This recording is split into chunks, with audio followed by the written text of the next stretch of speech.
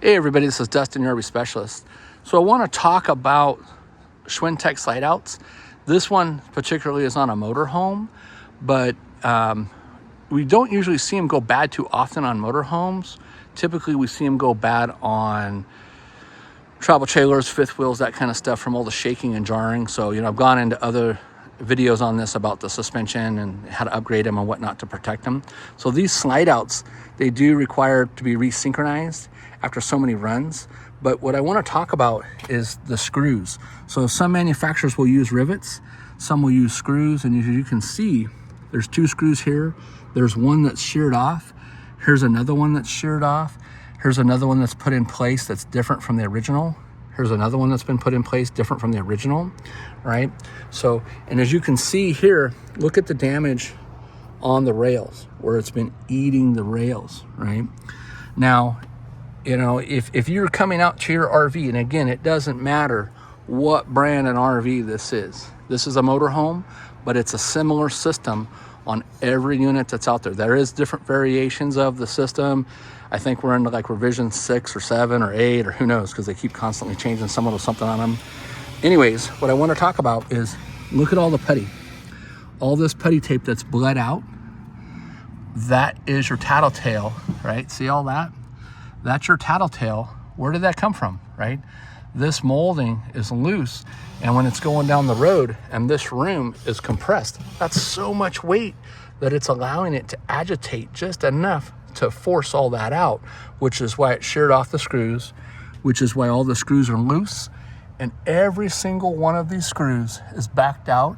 You can see where the putty has been rubbing this way from front to back, and you can see those top 3 screws. Let me zoom in. Those top three screws are coming out too, and it's also damaged the rails up top there as well. So when you're looking at your slide out room, again, Schwintek or no Schwintek, any putties that's bled out, why? That is movement in those rails, molding, supports.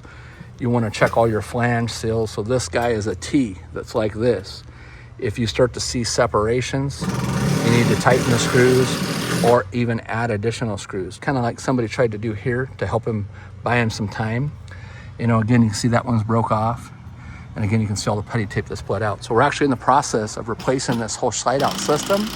This is a monster room. That's why it's got 2 rails up top to support the weight. And again, you can see the putty up top there that's bled out underneath that molding as well. And you can even see where they didn't finish off the paint quite right when they was painting it for the factory too. But these rooms, every one of them, doesn't matter again what brand of coach you have. I want you to think of this. If you have a slide out room, it's like a suspension on an old car that has to be aligned, right? I got a brand new 2024 Hyundai Palisade, and I took it in for an oil change here a couple days ago, and they had a fancy machine that you could drive across, and it checked all the tires and cambers and this and that, and we haven't hit nothing with it. The guys said, yeah, sure, it's a little bit out of alignment. You're going to need an alignment here the next time you come in, right? So same thing. Every single slide out room, they all require some kind of maintenance, some kind of alignment. And then this is one of the rails, and oh yeah, look at how bad that's chewed up. Let me flip it over this way. You can see where the teeth are all chewed up in it, where it's been going back and forth. And then they lubricated it with something too, where they shouldn't have on that rail. And so when you're lubricating these, you're not to lubricate these inside here, and then you see all the dust and dirt in there, you're supposed to brush those out. Where it gets lubricated is up in here in this area, right? So make sure, if you haven't seen the videos on how to do that, go to Lippert's site. Again, this rail is on the bottom. I'm going to steal this from you for a second also. So this rail is on the bottom, right? And there is a pad on there to help deflect water. But, some places put putty, some of them don't. Some of them we put silicone on them. It's act like more like a gasket. But see how this is in place.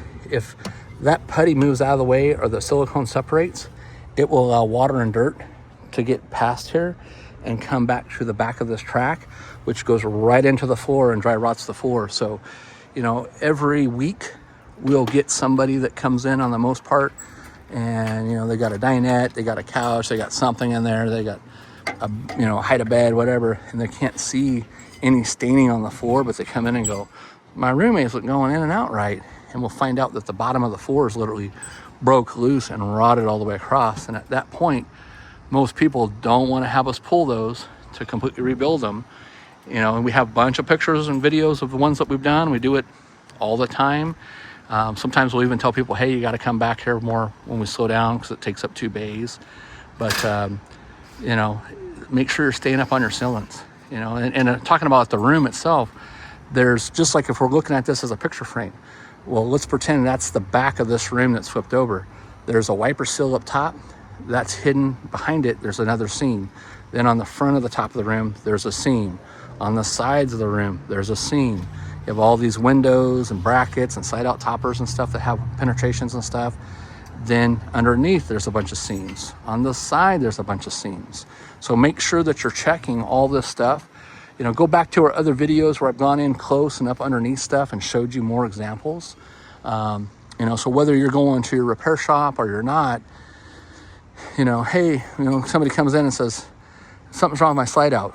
Our first question is, when was the last time you had a shop service it? And the answer is, oh, I never done that.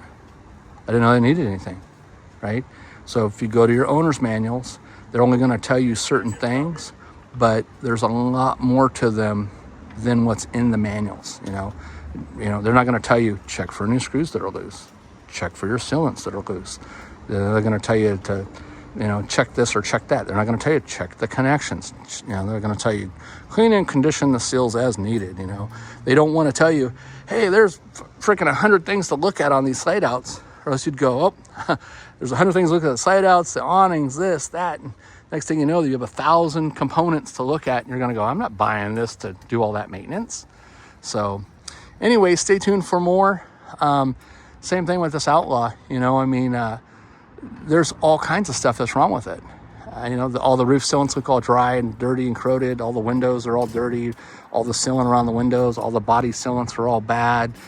There's a lot of work that needs to be done. And it's not because more say that somebody's neglected it. It's just nobody's ever told them, hey, it's time to go out and mow the yard.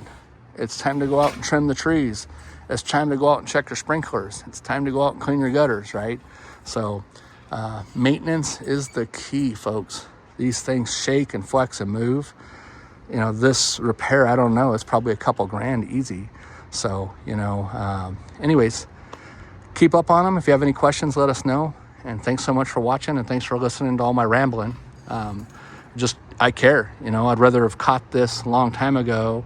So as we're starting to look over the coaches more, whether it be an update on somebody's unit that's in here or repairs or whatever, we put this information out there for free.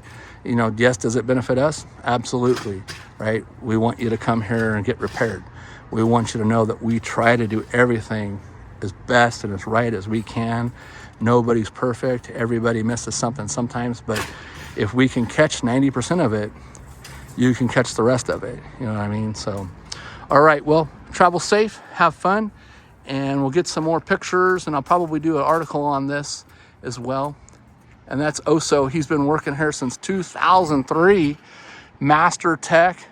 There's nothing that he can't fix. He's still learning, he says. His daughter works for us too, so if you've been here to the shop, you've gone into the front counter, her name's Sam, and she knows what she's doing too, because as she grew up here as a little girl, we put her to work. So, all right, guys, thanks again and take care. Have a great week.